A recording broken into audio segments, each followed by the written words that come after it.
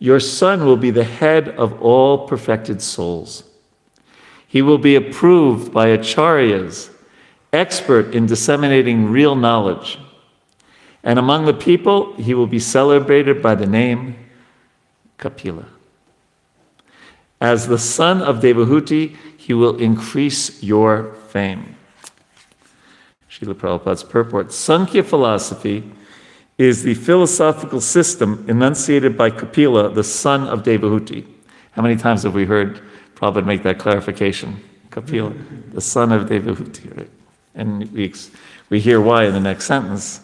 The other Kapila, who is not the son of Devahuti, is an imitation. This is a statement of Brahma, and because we belong to Brahma's disciplic succession, we should accept his statement as the real Kapila is the son of Devahuti, and that real Sankhya philosophy is the system of philosophy which he introduced, and which will be accepted by the acharyas, the directors of spiritual discipline. The word susamata means accepted by persons who are counted upon to give their good opinion.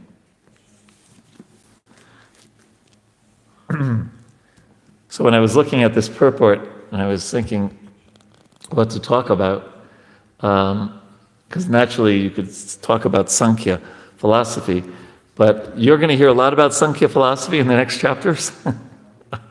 And it's a complicated topic to discuss in one class. Even if you look at chapter 2, verse 39 of the Gita, and Prabhupada talks about the bogus Kapila, Sankhya, but then he talks about Sankhya, and he says, even that Sankhya philosophy is not what's being discussed in this verse, in the second chapter of the Bhagavad Gita. So I decided to not delve into that, although one of my favorite parts about Sankhya philosophy, because of my service, is in the 22nd chapter of the 11th canto, where Sankhya is being discussed in the beginning, and Uddhava asks, because part of Sankhya philosophy is understanding all the different elements, right, of this world. And I'm paraphrasing now, but Uddhava says, Krishna, you say there's 26 elements. Other philosophers say there's 28. Other philosophers say there's 7, 9, 13, and he lists like 5 different ways to understand that. I think I have the quote here. But then he says, I don't have it here, but then he says, that basically paraphrasing in verse 8, Lord Krishna says that they can all be right if you look at it from different angles of vision. And so in my service as understanding conflicts, that verse comes in handy a lot, that devotees can be looking at something and having a different opinion about it, but it's possible they could both be right if they're within the boundaries of Siddhanta. But we're not going there. Instead, we will talk about this point here because in the translation it says it's a future prediction, right? It says, your son will be the head of all protected souls. He will be approved by acharyas. It's talking about the future. And so when we look at the Shastra, there's a lot of predictions. There's a lot of understandings about the Shastra. What are some examples? And I'll ask you for some more, but just a couple that came to my mind. Vyasadeva in the 4th chapter of the 1st canto, right? He gets a vision of what Kali Yuga is going to be like going forward, right? He sees the future and therefore he takes some action by writing down the various literature, but we know the story then still being dissatisfied until Narada Muni comes and explains to him where the source of his dissatisfaction is. You could say it's a prediction in one sense, but it's very important that Parikshit Maharaj learns he has 7 days. Right? It's an understanding. He understands the future. In 7 days, the snake bird is going to come. In the 13th chapter of the 1st canto, we hear Yudhisthira is lamenting that Dhritarashtra and Gandhari they're nowhere to be found. And again, Narada Muni comes along and he tells them, he tells them the present situation, that they're in the north, but he also tells them the future. In 5 days from now, he will leave this world, and how he will leave this world, and then how Gandhari will follow him. And then one of our favorite ones in ISKCON is the specific story of Prabhupada sitting on the park bench in New York and talking to that gentleman and saying, there are so many devotees, there are so many temples, only time separates. And then just in general, not in general, but Prabhupada's many times in his writings talking about Lord Chaitanya's prediction, right, that in every town and village, and he includes Bhaktisiddhanta Saraswati Thakur and Bhaktivinoda Thakur confirming this. I think I thought I did have that quote. Nope. Okay. And of course, how Prabhupada says that in his humble way, that prediction is now being fulfilled through the International Society for Krishna Consciousness. Can you think of other predictions that we hear in the Shastra? Yes, Marsh. I'll say one at a time. Okay, one at a time. Yeah, we have time. Well, there is the whole 12th canto. It predicts the whole future Kali Yuga. Yeah. Then we have Nrsimha Brahmachari building a road for Lord Chaitanya coming to Navadvip, and then the road he couldn't complete it in his meditation, so he predicted that Lord Chaitanya wouldn't be coming this year. Nice. Yes, those are good ones. And I noted that one of them was so interesting, the 10th canto, the 12th canto, that leaders will pilfer, or the citizens. And we see that in many countries, and even in our lovely, country that of my origin, the president's son is making a lot of money all over the world now. But, yeah. Any other predictions devotees can think of? Yes, Prabhu. But I don't know if it's true or not. I don't remember from Prabhupada Lamrit when there was this discussion about this land in Bombay. Juhu. Juhu, somehow, what will be tomorrow? And somehow I hear that Prabhupada said, I'm not sure if he will be alive till tomorrow, something like that. And this man really died. He did die. If it's true or not. Mr. Nair did pass away. Yes. Yes, Maharaj. Prabhupada, one morning walking, he said, this whole civilization, which is meant to keep people in darkness, will soon come to the end, to the next war. And he said that war is coming very, very soon. And he described it. And there's a whole conversation about it. Yeah. And then he also said that Sankirtan could change that, right? Yeah. In another place, yes. So, yes. There's one story of Prabhupada. One man came up to Prabhupada and said, Swamiji, do you read palms? Do you know this story? And then Prabhupada said, yes. And then showed Prabhupada the palm, and he looked at it, Prabhupada looked at it and said, all bad, all bad. Yes. But if you clap your hands and chant Hare Krishna, it'll all become bad. Yes. And that's nice. Thank you. That's a good segue, because we also have a prediction that happens to just apply to every living entity in the material world. Janma, Mrityu, Jara, Vyadhi, Dukkha, Dosha, Anudarshanam. Right? That we're all going to get old. Even all of you young people, right, Maharaj? They're all going to get old. We have that experience now. We all get disease at different times in our life, and Mrityu Sarva Harashjaham, and death is there. So I think the important point of these predictions is what we do with them. Right? So if we look at Vyasadeva, and what did he do he saw what was going to happen in Kali Yuga, and great compassion came from his heart. And he didn't just settle for having great compassion, he wanted to do something about it, right? And then he separated the Vedas and all of his writings, and then the culmination of his successful dealing with that vision of the future was, of course, writing the Srimad Bhagavatam, or compiling the Srimad Bhagavatam. And similarly, Parikshit Maharaj, what did he do with those 7 days? And he just, oh God, even Prabhupada mentioned several times he could have counteracted the curse, but rather, what did he do? And he just sat down to hear the Srimad Bhagavatam. Sometimes people, when they become fatalistic, right? When they hear about the future, or they hear about the idea of karma, just, well, if it's going to happen, it's going to happen. What can I do about it? But that's not the way to react to any understanding of the future. Maharaj, you're familiar with astrology, so I would assume there's also anukul and pratikul ways of dealing with something you learn about your future. Is that fair? Right? Yes. And so for us, we know at least one prediction. Janma mrityu jara vyadhi, right? That one's clear as day. At least theoretically. I remember when I would quote that verse, giving a class in Saffron when I was 19 years old.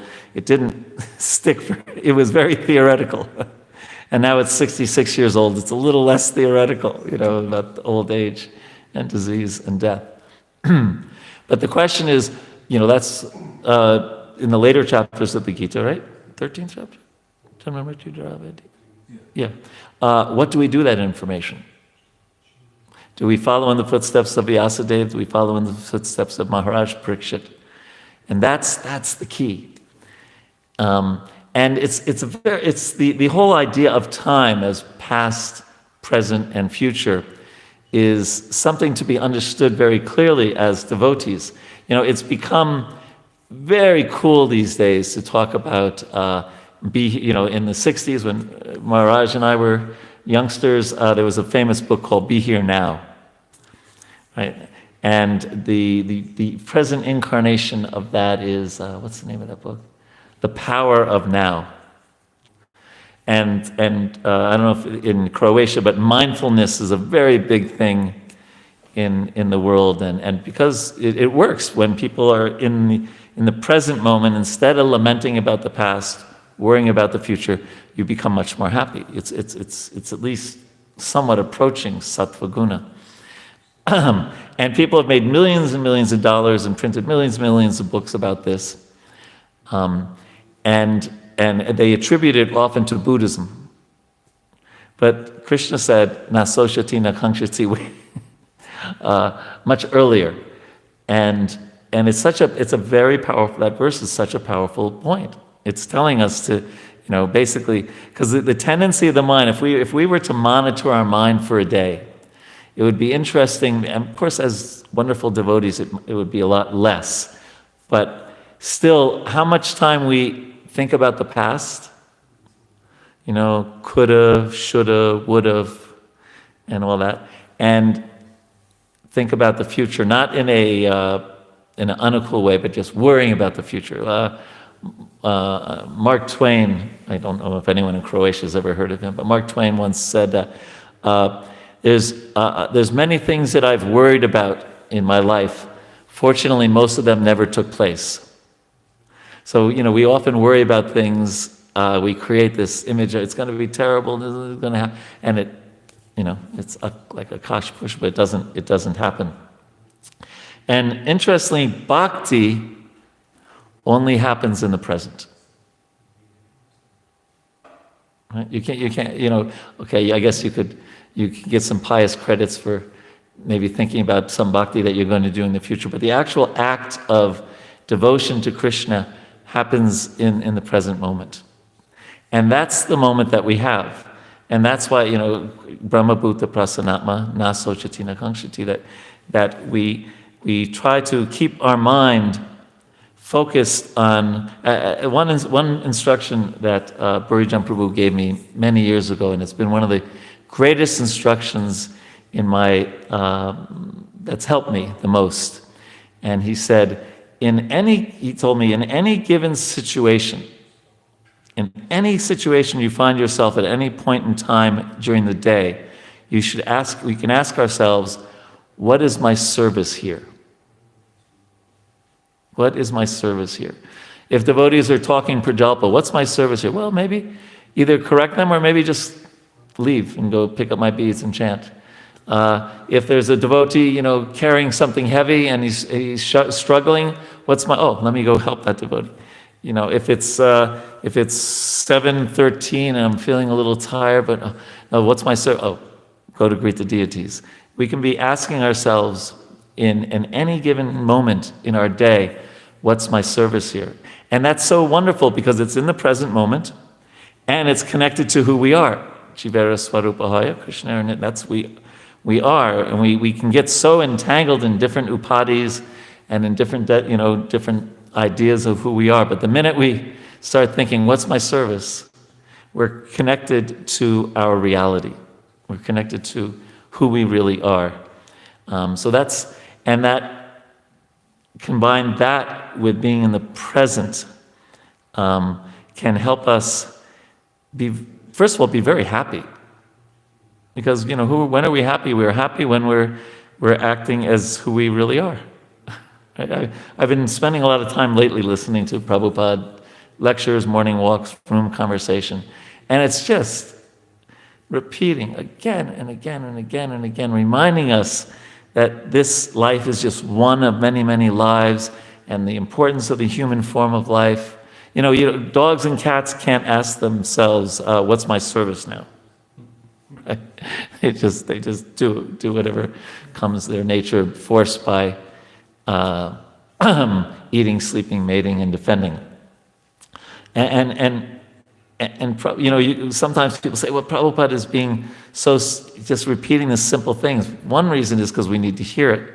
But also, we're so fortunate because even when we hear like Sankhya philosophy, and we hear because in many places Prabhupada, and even in the 25th chapter of the 3rd canto, we hear the connection between Sankhya and devotional service. But even for us, when we read, let's say, chapter 2, verse 11 to 30 of the Gita, which is all gyan, it's not directly bhakti, it's just telling us the difference between the body and the soul's not, withered by the wind, burnt by fire. But we're so fortunate that we also have read Krishna book. So when we hear we're not this body, we make the connection. Okay, well, who am I? I'm the soul. What is the soul? The servant of Krishna. Who's Krishna? Oh, he's a wonderful person who lifted Govardhan Hill. So even when we hear gyan, which it's for a person who's just a jnani, can make the heart hard, we immediately just, we follow the thread. Right? Okay, yeah, I'm not this body. Sense gratification is useless. But then we don't stop there. We say, well, whose senses am I supposed to gratify?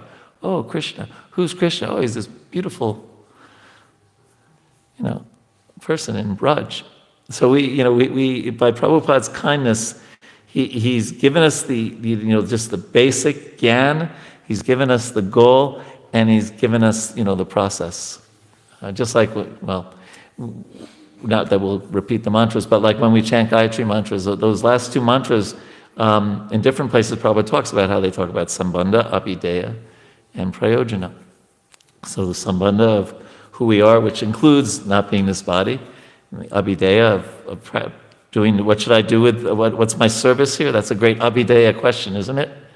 If the abhideya is to serve Krishna, a great question is, what's my service? And then also reading the Krishna book, and remembering the goal.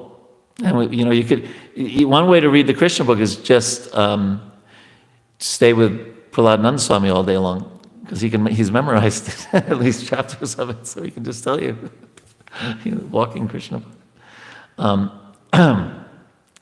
And one other, I'll give time for I like to have comments, questions. Hopefully you'll have some, so I'll leave a lot of time for that.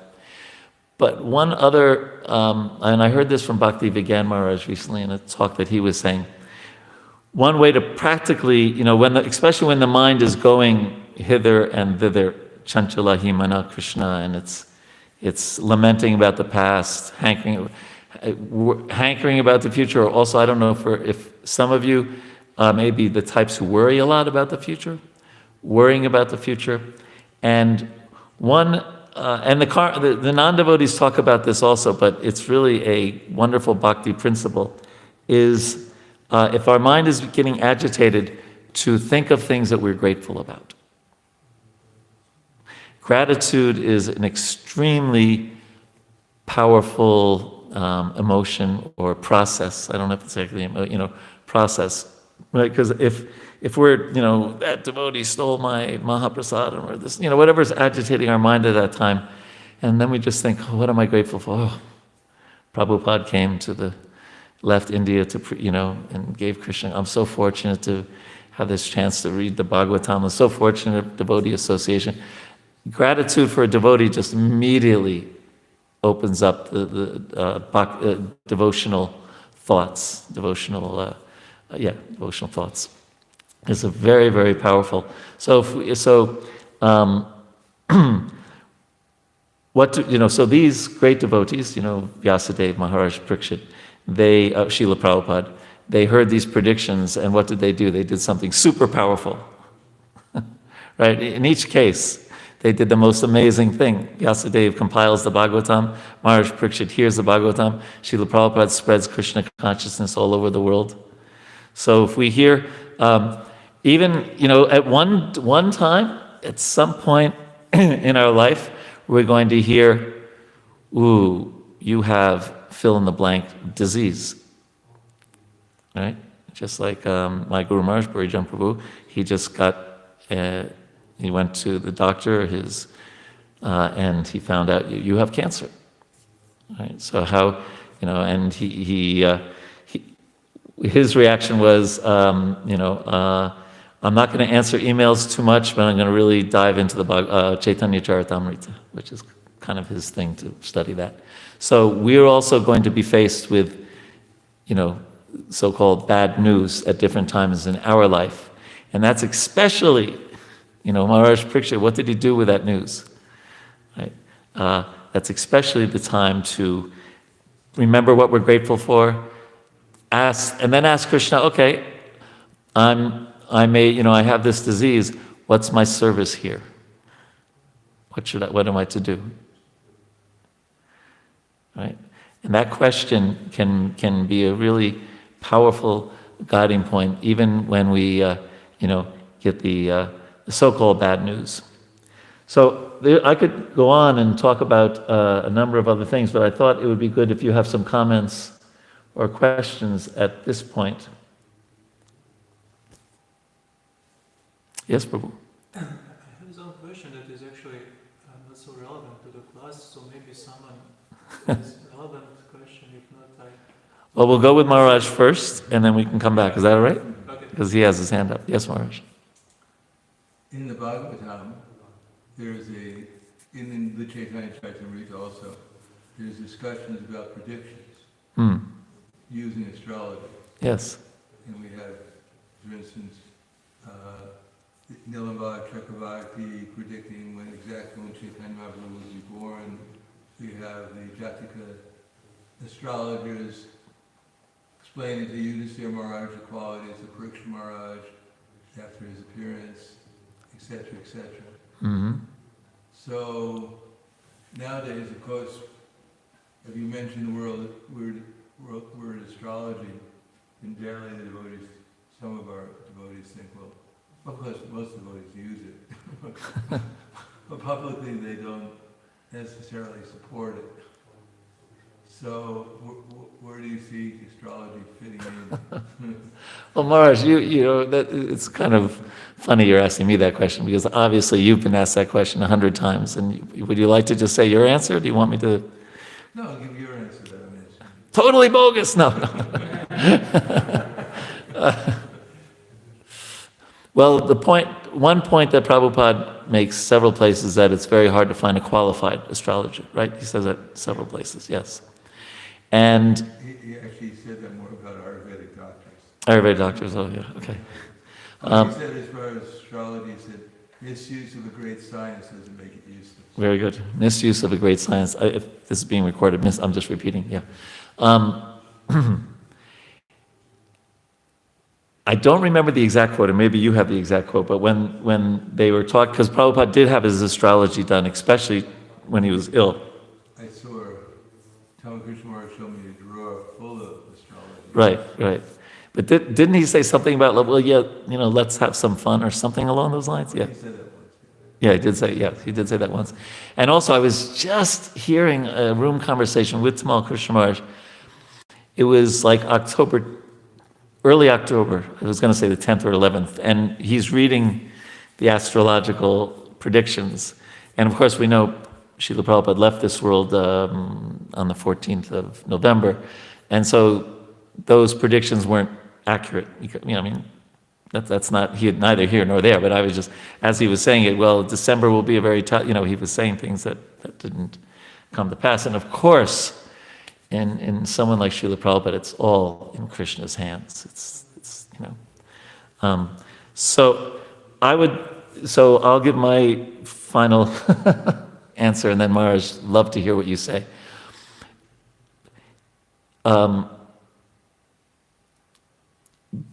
Being aware that it's hard to find, good astrologers. It may even be hard to find your exact birth date, depending on, what time rather, In India, sometimes even the day, or the year sometimes I've seen to not know.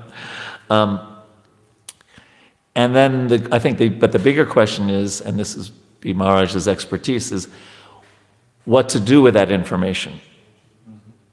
And I think that's the key. Like we say, it's not what happens to us that's important, it's how we react to it. What happens to us may be our karma, but how we react to us, that's our free will. I love this simple saying. It's a good one for preaching.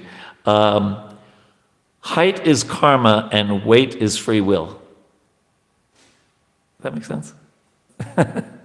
Well, because you can't necessarily get taller, but you can lose weight or gain weight, according to how many gulab jamans you eat, right? So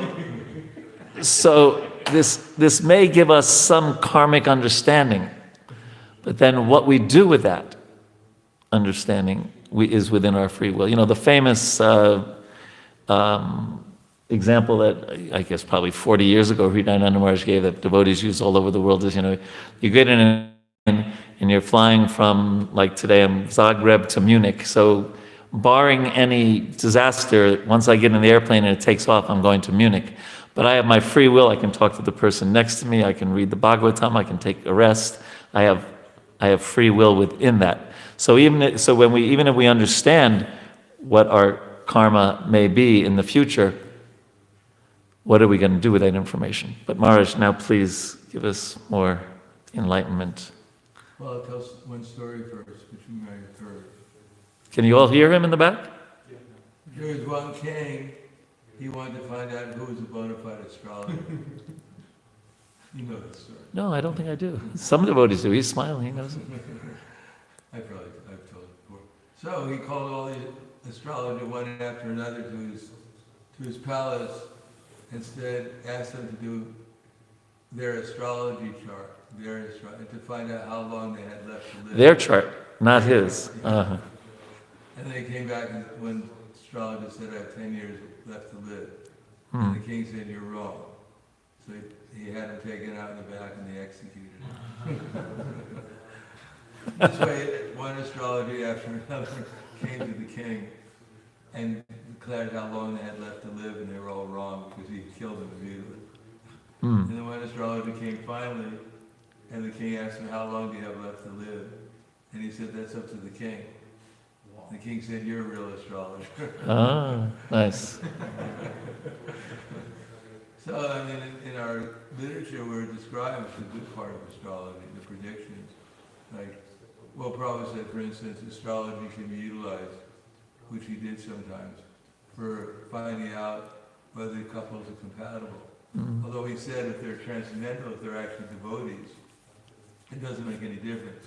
But then another part he says that if they're not of the same Rakshasa, Deva, and Manusha, if they're not, then usually the combination will turn out very well. Yeah. So probably for the devotee, a real devotee who's, one who's in the on the platform of spiritual life, two devotees get together for marriage, it doesn't make any difference because their aim is different. But if you're not a devotee, then it's good to know, as Prabhu writes in the 10th canto, describing Gargamuni, our famous astrologer, because even Nanda Maharaj come to get Balaram and Lord Krishna's, birth chart done, and name-giving ceremony, etc. Prabhu writes that actually, in our Gurukul in Dallas, two sciences should be taught to help to create Brahmins can actually do benefit for society. One of them is astrology and the other is Ayurveda. Right. So there's many different things. It can be utilized for good to help people progress in spiritual life. It can be utilized for nonsense. Yeah. Yeah. I was just, as you were talking, I was thinking of Katvanga Maharaj and how perfect reaction. He hears, he has a very short time to live and he immediately takes shelter of Krishna. So that's a good, I won't mention the detail, but I did, one astrologer was really good. He was doing forgive the brahmacharis here, he was doing a compatibility chart, and he told the man, well, your future wife, this is not her first marriage, this is her second marriage, and the first marriage was done for dishonest means. And he said, what? And even the Mataji said, what? And then she realized that like 20 years earlier, the temple president had arranged a green card marriage so she could stay in America and do Sankirtan. But she had forgotten about it, because it wasn't a marriage, it was just, and so that was a pretty good prediction there. Yeah. What is that? I'm also thinking of Bhaktivinoda Thakur's song, poem, forget the past that sleeps, nor in the future, forget the past that sleeps, nor in the future dream at all, but be in times that are with thee, and progress ye shall call. So again, that point about being in the present. Yeah. And then Prabhupada would also quote that, trust no future, however bright. Is that right? He would quote that? I don't know where that's from, a poet, right? Yeah. Yeah, trust no future, however bright. That's in the Srimad Bhagavatam, Canto 2, Chapter 2, Super Soul in the Heart, concerning that the idea that the scientists are going to create matter, a spirit out of matter. Right, trust no future, right. So we can think about the future. We make plans for preaching. We make, we make plans for, taking care of devotees. We make plans. There's a difference between that and this nasojati nakangshati, having the modes of material nature really forcing us to worry or get angry or whatever about the future. That kind of anxiety-ridden future, this disaster could happen possibly. That's pratikul. But it can be anukul to make plans about even about our lives. Just like the next verse, everyone's going to be happy. The next verse talks about brahmachari's life. And so, a brahmachari can, Maharaj and I were talking yesterday, when I joined, it was like 6 months in the ashram, then you can get first initiation, 1.5 years second initiation, 4 years sannyas. That was the plan. And we didn't have a sannyas list then, but I was supposed to take sannyas in 1982. But then other plans. I was 22 years old. But yeah, Adi Keshava took sannyas at 21, something like that. Yeah, something like that, yeah. So anyway, so there's nothing wrong with necessarily considering our past, but even then, we act in the present. For example, taking care of our health, right? So we want to take, all the devotees here who are younger, definitely take care of your health. Definitely take care of your health. Because we've seen, Maharaj and I have seen so many colleagues who who didn't take care of their health when they were younger, and now they're going through so much trouble, tribulation, as they get older. I didn't take care of my health, but I think the good thing was I did Sankirtan for 12 years. I was just running around parking lots for 12 years. That was probably really good for my health, I would assume, right? I probably did 20,000, and now we have our counters. I probably did 20,000 steps every day for 12 years straight. Although we only ate cream cheese and dates mainly. No, that's not true. But that's one thing you can do now as a preparation for something about the future, right? And that's the mode of goodness. And that's also the natural. Could you imagine if a farmer says, "Well, I'm just going to, relax and take it easy, and then when it's time to, harvest, then I'll do a marathon." Right? That's not how it works, right? You have to plant in the springtime. You have to, water and this and that, and then you can harvest, right? So similarly, with although we don't know when we're going to die, life is not just a sprint; it's also a marathon, if you get the analogy. And we do have to, consider our future things, because when we're older, we're wiser, and we can do tremendous service. But if we're hampered by our physical limitations, we won't be able to offer Prabhupada as much service. And Maharaj is a great example of that. He's probably, of all of our leaders, probably one of the top devotees who takes care of his health properly. It's actually inspiration for somebody like me, who's okay until that cheesecake comes. Or that, whole bowl of gulab jamans. Like that. But we should be mindful of that. Other questions or comments, or we can go to Prabhuji's somewhat off-topic. Oh yes, Prabhu in the back. Just the connection to the Ayurveda and astrology. How about practicing, exercising, yoga? Is it in the same category or some other? Yeah, we do what different shlokas for different folks. But in 6th chapter, is it 17 or 18, when it talks about recreation, Vishwanath Chakravarti Thakur says that for a yogi, recreation is walking. Now that doesn't mean you can't do yoga. It doesn't mean you can't, but it's Prabhupada, walked. That was one thing he did. He also did push-ups. Yeah, who told me that? Tamal Krishna Maharaj told Kaustuba Prabhu, who told me. And Prabhupada showed him how to do it. Well, some devotee said, "Prabhupada, what kind of exercises can I do?" So Prabhupada got on the ground and did a couple of push-ups and said, "You can do this." Yeah. And you see some health experts say, that's like a really complete thing. I don't, but we do, you want to comment on yoga, Maharaj? Well, most of the yoga that's done from the claim is more or less, it came out of two things. All these exercises, Shirshasana, standing on your head, or Sarvangasana, standing on your shoulder. They came out of the YMCA, calisthenics.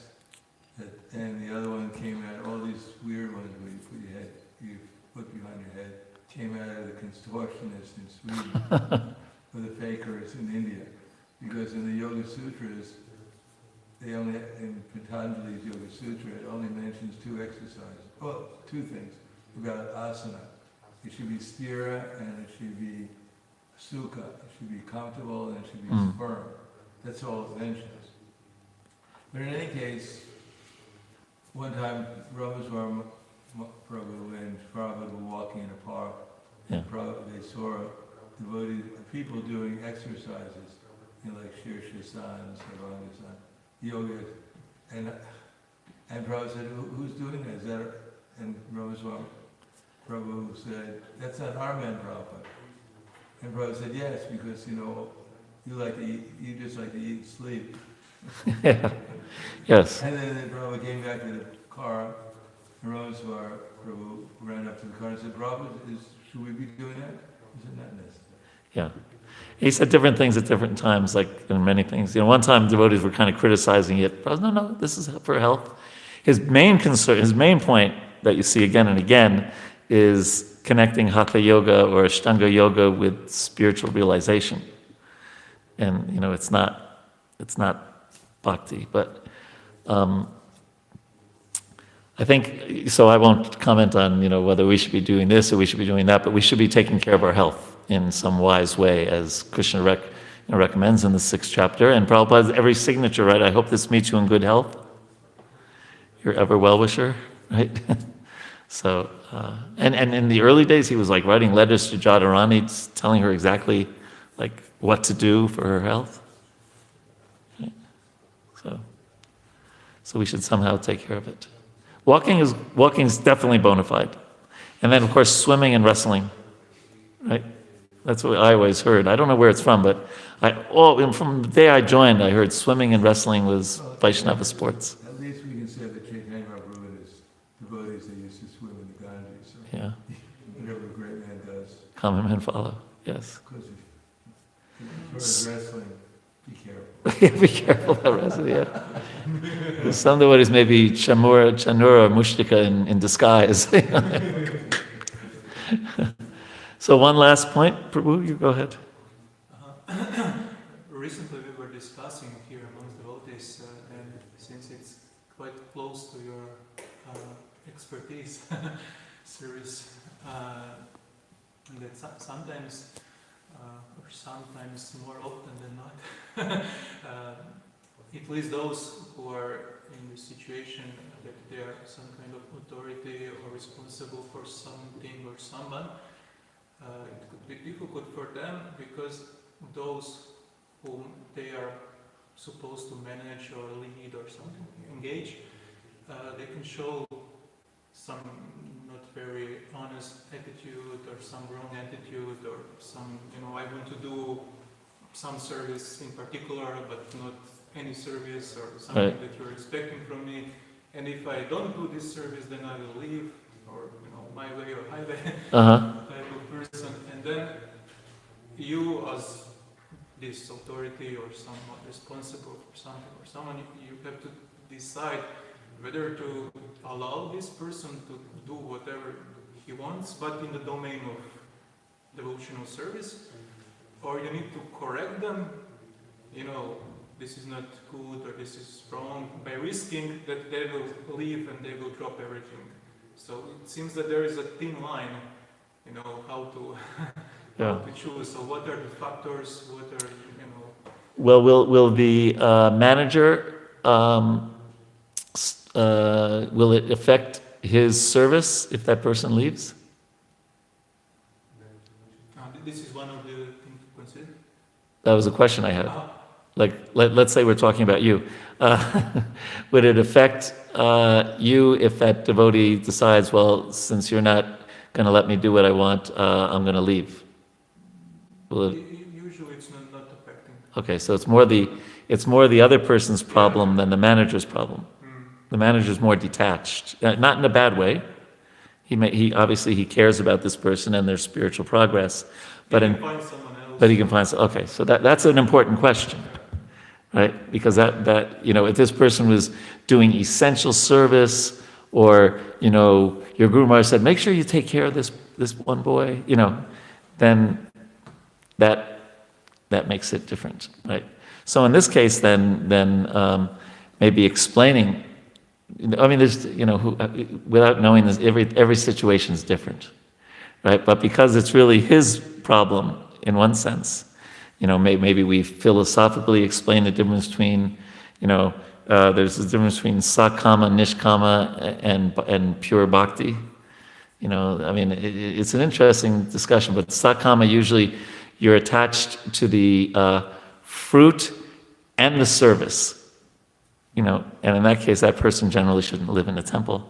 Nishkama is, you're not attached to the fruit, but you are attached to the service. I'll be a pujari, but I won't go on Sankirtan. Or I'll do this, but I won't do that. That person at least usually can, and then, and that's usually compared to chapter 9, verse 27 of the Gita, yet karosi yasnasi. Krishna says, do what you're going to do and offer it to me. And then pure bhakti is the verse before that, Pastram Pushpa. Krishna says, this is what I want. So that's more of a surrendered situation, like, my dear Krishna, my dear temple authorities, you want me to go in Sankirtan, I'll do that. You want me to go, to worship the deity, I'll do that.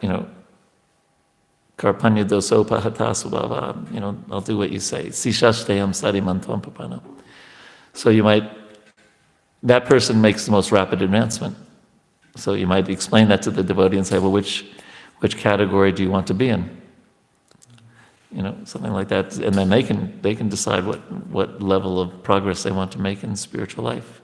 If it's really not your problem, but really his problem, and then he can choose, or you can help him choose, or you can help him make a plan. Let's say he says, well, oh God, right now I'm like this. Well, okay, well, do you want to become like this?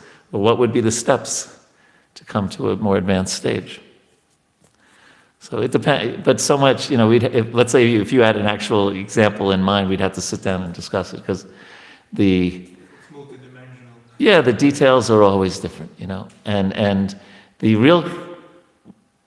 one of the real keys to being a manager is to know what to do, time, place, and circumstance. To know, like I had a professor once, and he told me, it's okay to have your head in the clouds as long as your feet are on the ground. So it is important to know, philosophically and what the principle is, but then how to apply all that when you're dealing with another person. That takes wisdom. And that's why, like we were in our discussion with Maharaj, that's why we'll hear sometimes Prabhupada in one situation will say one thing, another situation another thing, because he's not changing the principle, but he's adjusting according to the time, the place, and the circumstance. I mean, the famous one, and Maharaj, you probably know who was involved, but isn't there the story that one sannyasi comes to Prabhupada in the room, and Prabhupada says, you're a sannyasi, you should become the temple president. And I think Harisari Prabhu was there. And then 20 minutes later, another sannyasi comes, and Prabhupada said, you're a sannyasi, you should travel and preach, only stay in one place 3 days. And Harisari hears both. Am I getting this story? Even Chaitanya Mahaprabhu did the same thing with Gopinath Pattanayaka and the sons of Bhagavatam Roy. You should become a pujari, you should become, renunciate, you should serve the deity. I mean, you should make money to support your family. Yeah. So it's, again, different shlokas for different folks. And in that, the famous letter to Karandar Prabhu about management, it takes some real expertise to, he said, to ever fresh challenge and to create a mood that is voluntary. Encourages the devotees to rise up to a higher state. Yeah, but the ISV, it's individual, spontaneous, and voluntary. Yeah, that's a challenge. Right? That's why, yeah. Okay, is that? Yeah. Yes. It's so nice to be here at this temple. I've heard about it for a long time, and I was in Croatia like 25 years ago or something at a camp or a summer camp. But it's a beautiful, the windows everywhere and everything. It's really a beautiful temple room, and deities are so beautiful, and the devotees are so beautiful. So thank you very much for making my stay here so comfortable, and for giving me the opportunity to have your association. Hare Krishna. Vanchakalpa tarubhyascha kripa sindhubhyeva cha Itiram bhavanebhyo vaishnavebhyo namo namaha.